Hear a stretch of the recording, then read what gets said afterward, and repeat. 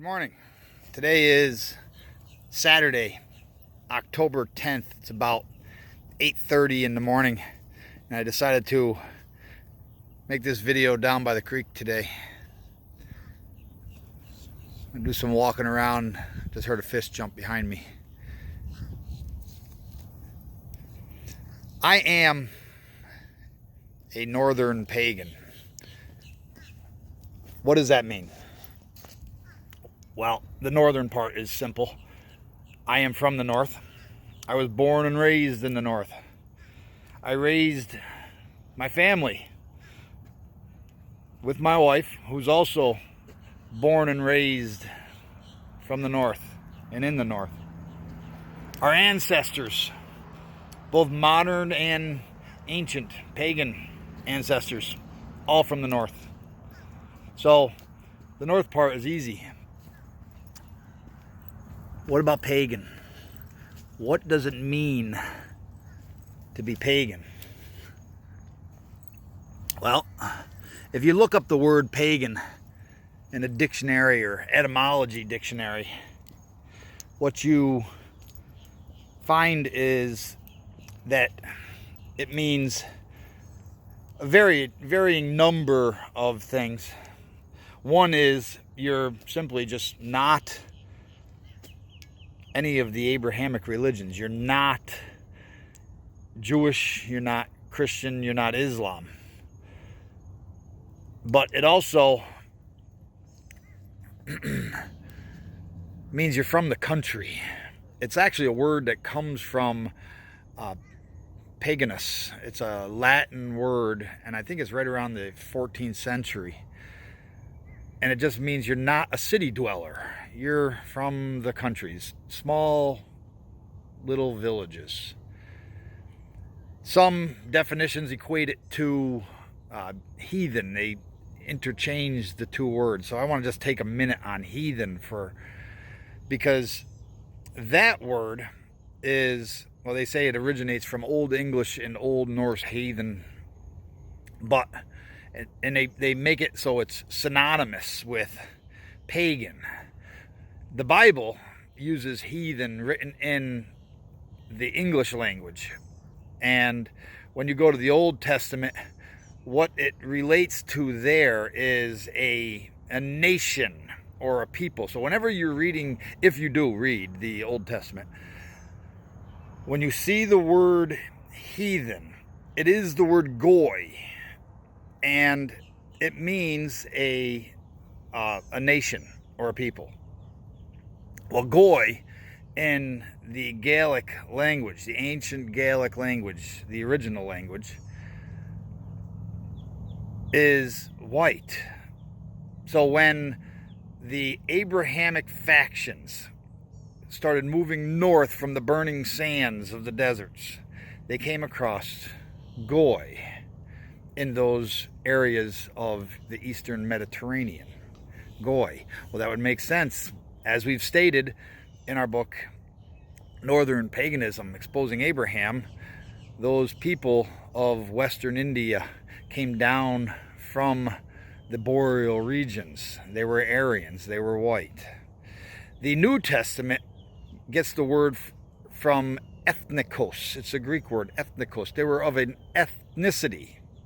What ethnicity were they? Well, they were goy. They were a heathen nation of white people, ethnicity. So that is what heathen means in the Bible. But heathen in the Old Norse and Old English, it relates to of the heath, of the wide open areas, just like pagan, wide open areas. You're not from the city, you're from the country.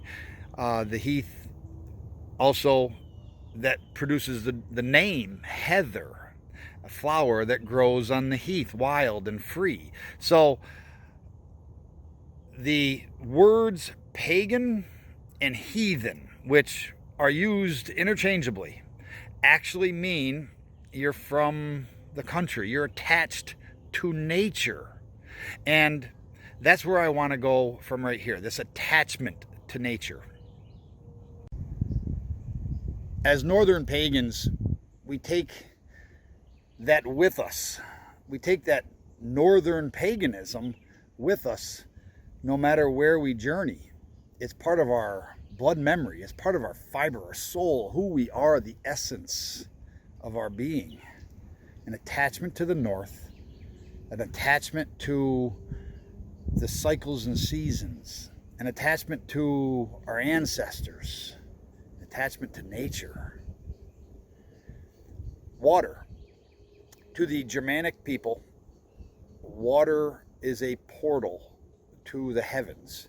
You have the earthly water, as you see behind me, and you have the heavenly water, the heavenly sea. Our folk soul gives rebirth to the valiant spirit from the ancestral sea. That person born into the valiant young, the worthy young, as our poetic Edda calls it,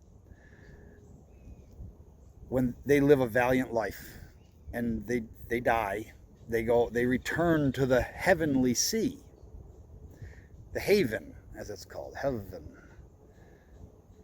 and then get reborn, reincarnated. Well, this water on earth, earthly water, is seen as that portal. As a matter of fact, ancient Celtic pagans would have the ritual, if you want to say that word, of baptism. That's where the Abrahamic cults get baptism from. It's a pagan occurrence. It's a honoring of the young that were born from the heavenly sea by placing them in the earthly water as a baptismal, as a rebirth from water of that valiant spirit. But today's pagan, living in an age of electronics and distractions and chaos, we have some decisions to make. Okay, I left that area where I could just walk and talk now. So what are these decisions that we have to make in this electronic age of conveniences? Well, I grew up at a time when cell phones, video games, computers, they weren't in existence. There has been an explosion of technology just in one generation. It comes with a cost to the pagan, though. It comes with a severe cost to the pagan. Because, like, when I grew up, all right, here was the phone that we had. It was a dial phone that either hung on the wall or sat on the desk, countertop. If you were not home, that phone rang and rang and rang. No answering machine. That came later. If you were home and you were talking to someone, you got the busy signal. Busy. Imagine that. Imagine not being able to be at everyone's beck and call.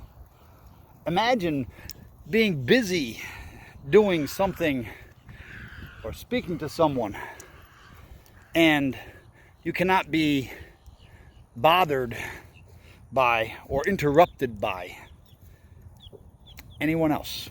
You're busy. Now we attach these things right here to our hips. We put them in our pockets. Everyone can interrupt us, interrupt our thought processes, our meditations, our conversations. I see it repeatedly. People will be in a conversation, face-to-face conversation, and their little ding goes off with a text message. And what do? In the middle of the conversation, they check their phone. They've been interrupted, and that's just rude. Everything comes with a cost, but then along comes cell phones. At what cost? At what cost did cell phones come? Well, maybe maybe none if you live in the concrete jungle. But if you're a pagan and you're from the country, there was a massive debate in the mountains. Cell towers had to go someplace, because if they didn't, there would be no signal. There would be no cell service. There would be no one owning cell phones in the north. Don't forget, these things have GPS trackers. And you know what? We pay a lot of money to be interrupted, to be at everyone's beck and call, to be tracked, possibly recorded. So what happened with these towers? They were ugly. The people that lived in those mountains said they are ugly. They will disrupt the beauty of the mountains, the beauty of the forest. But people that dwell in those burgs, that dwell in those cities, they are the ones who made the decision, overwhelmingly overruled those country people. And they put in those towers, those big, ugly towers that look like a giant Q-tip that sticks up further than trees on the mountains, that you can pick as you look over the horizon, the mountaintops. Those city people overruled that. Now we also have, being spoken of today, renewable energy. So let me just speak from a pagan perspective about this renewable energy. Because we have a choice to make. You see, just like cell towers, we can have the convenience of a cell phone with all of its enslavement and tracking, but it comes with a cost to the pagan. You have to destroy a certain amount of nature to become that slave, to have that convenience. What about solar panels? The solar panels, they say, are renewable energy. But we just had a solar field go in down the road from my house. And I know one of the people that lives in very close proximity to that solar field. What was there before the solar field? Because this is the trade-off. You have renewable energy that is said to not negatively affect the environment, negatively affect nature. That is what we're told. But what was there before that solar field went in? Well, wildlife, forest. So what did they do? They went in and they clear cut all of it. Now people want to talk about global warming. Well, the pagan knows. You get into more thickly wooded areas and the temperature comes down. Trees absorb the carbon emissions and they cool. But to put the solar field in, they clear cut an entire area. Well, another interesting portion of that, because that was the dwelling area for wildlife. As a matter of fact, this person that I know that lives very close to that, where that solar field is, said when they started clear cutting it, the amount of wild hogs that he saw was incredible. And from his back porch, he shot a 250-pound boar. That's a big hog. So we have this destruction of the forest, but we also have this displacement of the inhabitants of that forest. Well, that's kind of how the Abrahamic cults came into all pagan areas. They decided what would happen in those areas, and they displaced people.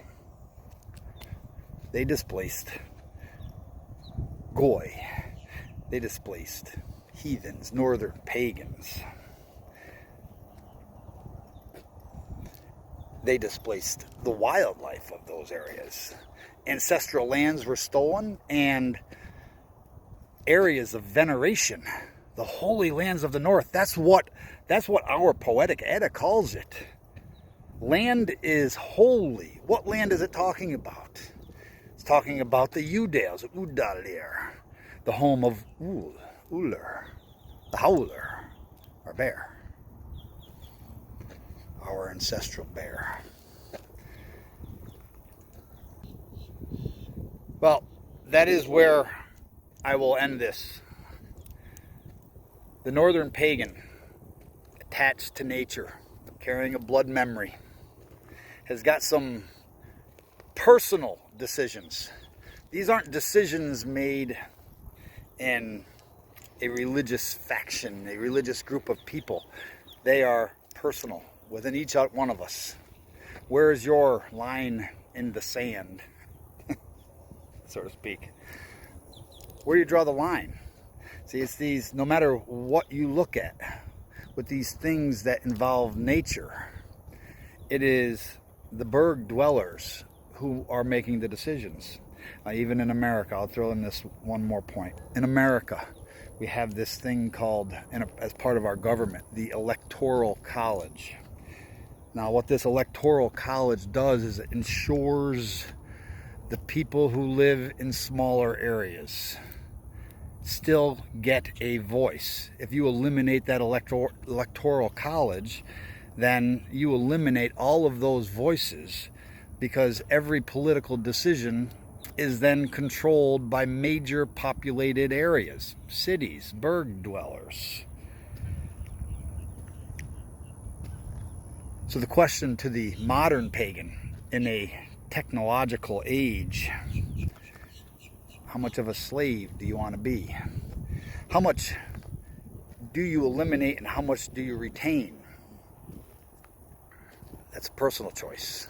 I've already scaled back, and I'm continuing to do more and more. I like to make these videos to help people.